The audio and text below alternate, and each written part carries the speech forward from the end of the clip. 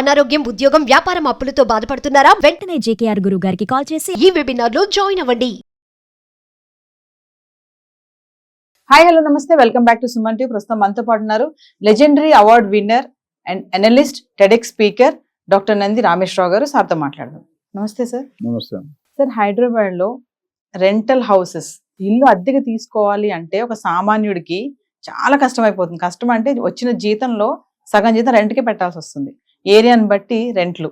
అసలు ఒక్కసారి మనం దీని గురించి మాట్లాడుకుంటే, ఎందుకు హైదరాబాద్లో అద్దెలు ఇలా ఉంటున్నాయి? అసలు ఇంకా చాలా ఉన్నాయిలేండి క్వశ్చన్స్, నేను చాలా అడుగుతాను. అసలు దీని గురించి మాట్లాడుకుంటే సార్, మేము కెరియర్ స్టార్ట్ చేసినప్పుడు 10% ఉండేది హెచ్ఆర్ఏ, హౌస్ రెంట్ అలవెన్స్ అని. సాలరీస్ లో 1250 రూపాయలు నా శాలరీ ఉండేది, వే బ్యాక్ 35 years బ్యాక్. అప్పుడే ఎక్కువ అనుకునేవాళ్ళం. అది కాస్త 15, 20, 25, 30, 35 depending on the area. Top of the top areas ఇప్పుడు మీకు ఇండియాలో చూసుకుంటే ఢిల్లీలో గురుగాం, ఎన్సీఆర్, బాంబేలో చూసుకుంటే మీరు ఢిల్లీలో కొనాట్ ప్లేస్ ఒకటి, బాంబేలో నరీమన్ పాయింట్, మల్బార్ హిల్స్ ఉన్నాయి, చెన్నైలో పోయిస్ గార్డెన్ బోట్స్ క్లబ్ ఉంది, బెంగళూరులో MG Nagar, Indiranagar, MG road.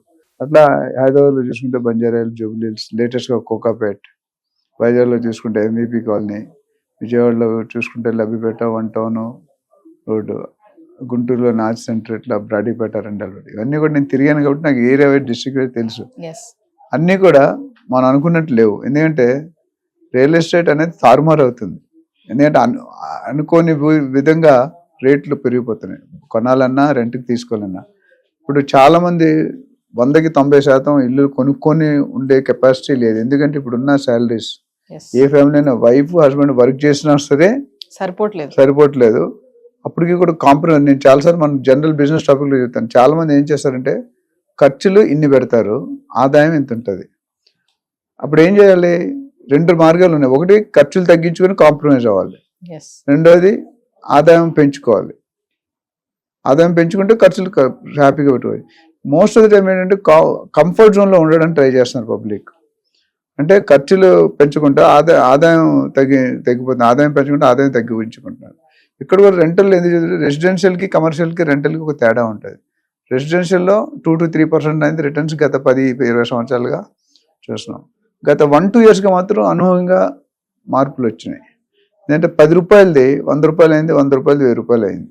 Especially KCR గారి హయాంలో, అంటే చంద్రబాబు గారు, కిరణ్ కుమార్ రెడ్డి గారు, రాజశేఖర రెడ్డి ఉన్నప్పుడు కూడా బాగా గ్రోత్, ప్రతి ఒక్కరు కూడా రియల్ ఎస్టేట్ మీద కృషి చేశారు. వాళ్ళంతు సహాయం వాళ్ళు చేశారు. కానీ ఎస్పెషల్లీ లాస్ట్ 2 terms ఈ గవర్నమెంట్ ముందు వచ్చిన రియల్ ఎస్టేట్ అనూహ్యంగా హైదరాబాద్ వెస్ట్ జోన్, ఏదైతే మన గచ్చిబౌలి ఫైనాన్షియల్ డిస్ట్రిక్ట్, మోకిల, శంకరపల్లి, శంషాబాద్ ఇవన్నీ అనుకుంటున్నాం, టూ మచ్ హైప్ అయిపోయింది. దానివల్ల ఏమవుతుందంటే ఎవరైతే land owners are property owners ఉంటారో వాళ్ళు క్యాలిక్యులేట్ చేసుకుంటారు, నా రేటు ఇంత పెరిగింది, మరి దానికి అంత ప్రకారం రెంట్ రావాలి కదా, అది రావట్లేదు. ప్లస్ ఈ ప్రపంచంలో ఎప్పటికీ పెరిగేది ఏంటి చెప్పండి? ప్రపంచంలో కంటిన్యూ పెరుగుతున్నది పాపులేషన్. ఎప్పటికీ పెరగంది ఏంటి చెప్పండి? భూమి. అంటే ఇల్లులు. 50 సంవత్సరాలు మీరు 30-40 సంవత్సరాలు కింద పుట్టినప్పుడు, మీరు పుట్టినప్పుడు పాపులేషన్ ఎంత ఉంది, ఇప్పుడు ఎంత ఉంది? మీరు పుట్టినప్పుడు భూమి ఎంత ఉంది, ఇప్పుడు అంతే ఉంది. అంటే పాపులేషన్ పెరుగుతుంటే రిక్వైర్మెంట్ పెరుగుతుంది. మనం ఇండియాలో చైనా వాడు కంట్రోల్ చేసుకుంటుంది, మనం పెంచుకుంటూ పోతాం. హమ్ కిసీసే కమ్ నహీ, అంటే పాపులేషన్ కూడా నెంబర్ 1. మన ఏది కూడా డయాబెటీస్ లో కూడా నెంబర్ 1, బీపీలో కూడా నెంబర్ 1, అన్ని రోగాల్లో నెంబర్ 1, అన్నిటి గేమ్స్ లో నెంబర్ 1. కొన్ని బాగానే ఉంటాయి, కొన్ని నెంబర్ 1 బాగుండవు. అంటే ఇక్కడ ఎలా అంటే సార్, ఇప్పుడు ఇండిపెండెంట్ హౌస్ కానీ, విల్లాస్ కానీ ఓకే ఎక్కువ ఉందంటే అనుకోవచ్చు. మామూలు సాధారణమైన ఇంట్లో కూడా రెంట్ తీసుకోవాలంటే సింగిల్ బెడ్రూమ్ దగ్గరికి వెళ్తే మాత్రం సింగిల్ బెడ్రూమ్ నుంచే 22,000, 25,000 ఉన్నాయి. మరి ఎలా సార్, ఎలా ఇళ్ళలో ఎలా దొరుకుతాయి? మరి ఏంటి ఇంకా చూసుకుంటే మళ్ళీ మెయింటెనెన్స్, దీంతో పాటు ఒక్కొక్క దగ్గర అయితే అపార్ట్మెంట్స్ మెయింటెనెన్స్ ఎలా ఉంటుందంటే 2,000, 3,000 ఇలా ఉన్నాయి మెయింటెనెన్స్. సామాన్యుడు ఎలా బతకాలి హైదరాబాద్ నగరం? ఎలా బతకాలంటే ఇప్పుడు పిండి కొలిది రొట్టి, జిత్నా పేడ్ ఉత్నీ హవా అని ఉంటుంది, జిత్నా ఆట ఉత్నా రోటి. ఇది మనం గోల్డ్లో చెప్పుకున్నాం. ఏం చెప్పుకున్నాం గోల్డ్ మాట్లాడినప్పుడు ఒక last time? When demand is more, demand is more, supply is less. ఇప్పుడు ఏమవుతుంది? రేటు పెరుగుతాయి, రేట్లకి రెక్కలు వస్తాయి, ఆకాశం అంత ఎత్తి ఎదగడానికి అవకాశం ఉంటుంది. When supply is more, demand is less, rate తగ్గుతుంది.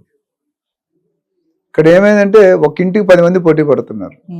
అందులో పూర్వకాలంలో కండబలం, గుండె బలం అని, ఇప్పుడు మనీ బలం.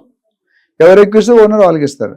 ఇది ఇందులో ఒకటి ఓనర్కి చిన్న సూచన ఏంటంటే, డబ్బులు ఎక్కువ ఇచ్చారని తీసుకుంటే సింహం నవ్విందని ఫోటోగ్రాఫ్ తీసుకున్నట్టు ఉంటుంది. ఎందుకు డబ్బులు ఎక్కువ ఇచ్చారని డౌట్ చేయాలి అండి. మార్కెట్లో 20,000 నీకు 35,000 ఇస్తాను అంటాడు. కొంతమంది టెనెంట్స్ అప్పుడప్పుడు వచ్చి ఫైనలైజ్ చేస్తారు. మనం ఇల్లు మారంటే 2 నెలలు నోటీస్ పెట్టి ఉంటుంది కదా. సడన్ గా నాకు ఒక టెనెంట్ వచ్చాడు, వచ్చి ఇద్దరు wife and husband newly married వచ్చి 5 గంటకి ఇల్లు చేశారు, 6 గంటకి అడ్వాన్స్ ఇస్తామని ఫోన్ చేశారు.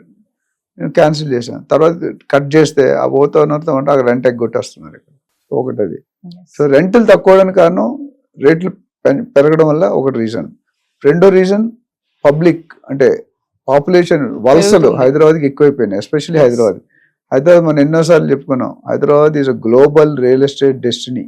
ప్రతి ఒక్కటి ప్రపంచంలో యావత్ ప్రపంచం కూడా హైదరాబాద్ని ఒక రియల్ ఎస్టేట్ డెస్టినీగా చూస్తున్నారు. అంటే ఇక్కడ వచ్చి సెటిల్ అయిపోవాలి. దానికి అనేకమైన కారణాలు ఉన్నాయి. టెంపరేచర్ కావచ్చు, మన అట్మాస్ఫియర్ కండిషన్స్ కావచ్చు, ఫ్రెండ్లీ కల్చర్ కావచ్చు, food availability for all communities, అట్లానే లాంగ్వేజ్ ప్రాబ్లం ఉండదు. ఎంత సంపాదించేవాడైనా బతకగలడు హైదరాబాద్లో. 10,000 సంపాదించేవాడు బతుకుతున్నాడు, 10 కోట్లు సంపాదించేవాడు బతుకుతున్నాడు.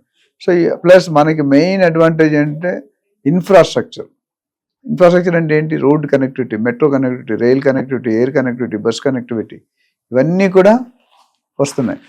అండ్ ఎయిర్పోర్ట్ దగ్గర ఉంది. ఓఆర్ఆర్ వచ్చిన తర్వాత గాడ్ గివెన్ గిఫ్ట్ అని చెప్పాను. ఎందుకంటే ఓఆర్ఆర్ వచ్చాక హైదరాబాద్ రూపురేఖలే మారిపోయేవి. ఎందుకంటే RRR వచ్చాక ఇంకా మారిపోతాయి. అంటే ప్రపంచంలోనే వన్ ఆఫ్ ది అతి వేగంగా డెవలప్ అయ్యే సిటీ. మీకు తెలిసే ఉంటుంది, మనకి కంటిన్యూగా 4-5 సార్లు best liveable city in the world అని అవార్డ్స్ వచ్చినాయి. అది చాలా మంది తెలియదు. ఎందుకంటే హైదరాబాద్ ఉన్న ప్రాముఖ్యతలు చాలా ఉన్నాయి. నేను చాలాసార్లు చెప్పాను, హైదరాబాద్లో లాంగ్ బ్యాక్ మాట్లాడుతున్నాను. హైదరాబాద్ దేనికి? సానియా మిర్జా అంటే ఏం చెప్తారు మీరు? టెన్నిస్ అని చెప్తారు. విశ్వనాథన్ ఆనంద్ అంటే చెస్. మరి Sachin Tendulkar cricket. Nandi Rameshwar Rao real estate. So నేను ఎందుకు చెప్తానంటే హైదరాబాద్కు ఉన్న ప్రాముఖ్యత ఎప్పుడు కూడా పెరుగుతూనే వస్తుంది. కానీ అంటే వచ్చిన ప్రతి గవర్నమెంట్ ఇర్రెస్పెక్ట్ ఆఫ్ ది పార్టీ అందరూ కూడా హైదరాబాద్ డెవలప్మెంట్ కోసం వర్క్ చేసిన వాళ్ళే, ఇంక్లూడింగ్ సీఎం కూడా స్లోగా ఉంది కానీ but they are also working. So rental పెరగడానికి ముఖ్యమైన కారణం వరల్డ్ ఎకానమీలో మన ఎర్నింగ్స్ పడిపోతున్నాయి. ఇప్పుడు ట్రంప్ గారు వచ్చాక మనం ట్రంప్ మీద కూడా మాట్లాడాం. వచ్చిన తర్వాత డమాల్ చేస్తున్నట్టు ఎవ్రీ డే ఒక కొత్త డెసిషన్, సంచలన వార్త అని అంటారు కదా. ఇవాళ చేసిన డెసిషన్ రేపు దాని లింక్ ఉంటుంది, తలా తోక అంత డిఫరెన్స్ ఉంటుంది అంట. ఇవాళ తల మాట్లాడితే రేపు తోక మాట్లాడితే ఎల్లుండి మధ్యలో మాట్లాడతారు. సో జనాలు ఊహించరు. అక్కడ own Americans, their own country people are recognised. Government job లో బైఅవుట్ అని స్కీమ్ పెట్టి విఆర్ఎస్ లా మనకి వాలంటీర్ ఇటు కొంత గవర్నమెంట్ ఫెడరల్ ఎంప్లాయీస్ ని తీసేస్తున్నాడు. అది గవర్నమెంట్ వ్యతిరేకం అది. ఎందుకంటే పబ్లిక్కే ఓట్లు వేసారు, వాళ్ళని తీసేసట్లా. సో ఓవరాల్ గా రేట్లు పెరిగిపోవడం వల్ల రెంట్లు పెరుగుతున్నాయి. రెండోది డిమాండ్ ఎక్కువ అవుతుంది. బయట నుండి వచ్చే వలసలు కానీ ట్రాన్స్ఫర్ కానీ ఒక్కసారి హైదరాబాద్కి వచ్చినప్పుడు మళ్ళీ తిరిగి వాడు నేటివ్ ప్లేస్కి వెళ్ళాడు, నేటివ్ ప్లేస్ వదులుకుంటున్నారు. ఎందుకంటే హైదరాబాద్ లో సునామీలు కానీ ఎర్త్క్వేక్లు కానీ రాకూడదు. ఏ విషయంలో చూసుకున్నా హైదరాబాద్ ఇప్పుడు కూడా మీరు చెప్తున్నారు రేట్లు రియల్ ఎస్టేట్ చీప్. ఇంకా బెంగళూరులో మన ఇక్కడ ఫ్లాట్ 25,000-30,000 ఉంటాయి, బెంగళూరులో 60,000-70,000 ఉంటుంది. ఇక్కడ 2 నెలలు అడ్వాన్స్ అయితే అక్కడ 1 year అడ్వాన్స్. బాంబేలో అంతే. బాంబేలో ఒక లైసెన్స్ లీజ్ అగ్రిమెంట్ చూస్తే 80 పేజీలు 70 పేజీలు ఉంటుంది. మన లీజ్ అగ్రిమెంట్ 2 పేజీలు ఉంటే ఎక్కువ. నేను అన్ని కండిషన్ ఉంటాయి. బాంబేలో నరిమన్ పాయింట్ 1 square feet అడిగి లక్షల్లో అమ్ముతున్నారు, లక్షలు. నేను 2006లోనే 7లో చూసిన ఒక ఆర్టికల్లో బాంబేలో నరిమన్ పాయింట్ లో అప్పటికి 10 years, అంటే 2006 10 years ఓల్డ్ ఫ్లాట్, అంటే 1996లో ఎప్పుడు ఆ ఫ్లాట్ ఎంత కమ్ముంటారు? 2,000 square feet 10 years ఓల్డ్. ఎంత కొని ఉంటారు చెప్పండి? ఎంత కమ్ముంటారు మీ ప్రకారం? 37 కోట్లు అమ్మారు 2006లో. 3 bedroom ఫ్లాట్ 2,000 square feet అంటే ఎంత అయింది? 37 కోట్లు. ఈ రోజు అది 1,00,000 కోట్లు అయి ఉంటుంది. 1,00,000 అంటే 100 కోట్లు అయి ఉంటుంది. ఎందుకు? అటుపక్క బిగ్ బి ఉంటాడు, ఇటుపక్క షారుఖ్ ఖాన్ ఉంటాడు, ఇటుపక్క శ్రీదేవి, అలాంటి సెలబ్రిటీ టవర్ అది, సరౌండింగ్స్. సో పక్కన నెట్వర్క్ కదా, డైరెక్ట్ రోజు మీరు అంతే వచ్చిన కానీ చూడొచ్చు. అంటే సార్ ఏరియాని బట్టి కూడా ఇప్పుడు హైదరాబాద్ నగరం గురించి మాట్లాడుకుంటే మనం ఏరియాని బట్టి రెంట్స్ ఉన్నాయి డెఫినెట్ గా అండి. ఎందుకంటే ఇప్పుడు మన బంజారాస్ చాలా ఈరోజు రేట్ ఎంత తెలుసా? 3.5 నుండి 4 లక్షలు per గజం. ఎంతమంది కొనుక్కోగలుగుతారు? ఎందుకు? అక్కడ హై లెవెల్ ఉంటారు. అటు ఒక మినిస్టర్, ఇటు ఒక కలెక్టర్, ఇటు ఒక IPS, అటు ఒక IFS, బిజినెస్ మెన్స్, బిల్డర్స్, వీళ్ళందరూ ఉన్నారు. సో ఆఫీసర్స్ ఆ అంబియన్స్ మీకు రాదు కదా. And centre of the city. Banjara Hills అనేది centre of the city. Yes అటు దిల్సుఖ్ నగర్, ఇటు ఈసీఐఎల్, ఇటు గచ్చిబౌలి, ఇటు కుక్కడపల్లి, ఎక్కడికి వెళ్ళినా సెంటర్ ఆఫ్ ద సిటీ. ఇప్పుడు ఒక ఇల్లు మొన్న ఒక ప్లాట్ వచ్చిందండి 257 గజాలు. గజం 3,75,000కి విత్-ఇన్ 24 hours సేల్ అయిపోయింది. 1 week లో రిజిస్ట్రేషన్ అయిపోయింది. అంటే ఈ రెంటల్స్ అనేవి తగ్గడానికి ఛాన్సెస్ లేవా సార్?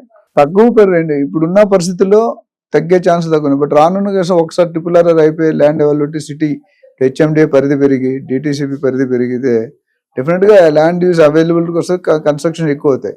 అప్పుడు అంటే సిటీకి దూరంగా వెళ్ళడానికి ఇప్పుడు భయపడుతున్నారు. RRR వచ్చిందంటే 50 కిలోమీటర్ అరగంటలో వచ్చేస్తాం. ఎందుకంటే గంటకు 100-120 కిలోమీటర్ నడుపుతాం.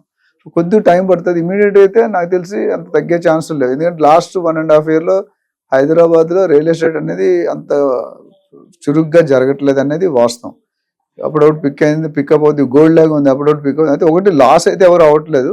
అట్లాంటి రేట్లు కూడా పెరగట్లేదు, రేట్లు కూడా తగ్గట్లేదు. తగ్గట్లేదు కూడా. సో అంటే నన్ను అడిగితే ఇది బయర్స్ కి మంచి ఇన్ఫర్మేషన్. ఎందుకంటే ఇప్పుడు కొనుక్కున్నాడు గత 1.5 year లో ఏ ప్రైస్ ఉందో ఇప్పుడు కూడా ఆ ప్రైస్ ఉంది. ఇప్పుడు April, May నుండి పెంచుతామని సర్క్యులర్స్ వచ్చాయి. సో నాకు తెలిసి అంత రేట్లో కొనుక్కోవడం. ఇంకోటి డబ్బులు ఉంటే మాత్రం కొనుక్కొని ఈఎంఐ కట్టుకోవడం బెటర్. ఎందుకంటే రెంటల్ అనేది మీరు కడితే గోడకి సున్నం వేసింది ఎప్పుడైనా వస్తుందా? సో రెంట్ కట్టేసాం. అదే మీరు కొద్దిగా క్యాలిక్యులేట్ చేసుకొని మీరు కనుక ఆ రెంట్ బదులు ఈఎంఐ ప్లాన్ చేసుకుని 5,000 ఇటు 20 years తర్వాత ఇల్లు ఫ్రీ అయిపోద్ది కదా. సేమ్ రెంట్ అంతే కడుతున్నారు. ప్రతి లక్షకి 1,000 రూపాయలు ఈఎంఐ ఉంటుంది. అది చూసుకోవాలన్నమాట. అలా చూసుకుంటే బెటర్. సో జనాలు పెరిగినందువల్ల పాపులేషన్ పెరగడం వల్ల డిమాండ్ ఎక్కువ ఉంది, సప్లై రెంటల్ కొత్తగా ఉన్నాయి రావడానికి, ఎగ్జిక్యూట్ చేయడానికి ఇంటీరియర్ టైం పడుతుంది. ఉన్న దాంట్లో అంటే అందరికీ సిటీలోనే కావాలి. సిటీలో కావాలి, మంచి లొకాలిటీలో కావాలి, మంచి లొకాలిటీ కావాలి, పక్కనే మంచి మాల్స్ ఉండాలి, మల్టీప్లెక్సెస్ ఉండాలి. అంటే అన్ని కూడా లక్కీ బంజారాస్ అదే ఉంది. 5 నిమిషాలు TV9కి 5 నిమిషాల దూరంలో ఏం లేదు చెప్పండి. ఎలక్ట్రిసిటీ ఆఫీస్, వాటర్ సిటీ అన్నీ ఉన్నాయి కదా. సో దాన్ని బట్టి మనం చూసుకుంటే రెంట్లు పెరగడం అనేది అంటే ఇన్ఫ్లేషన్ రేట్ కూడా ఉంది, ఎకానమీ బట్టి ఉంటుంది, శాలరీస్ బట్టి ఉంటాయి. శాలరీస్ 1,00,000 అంటే నథింగ్ అవునా. So we have to wish that roads will come down in future. Thank you.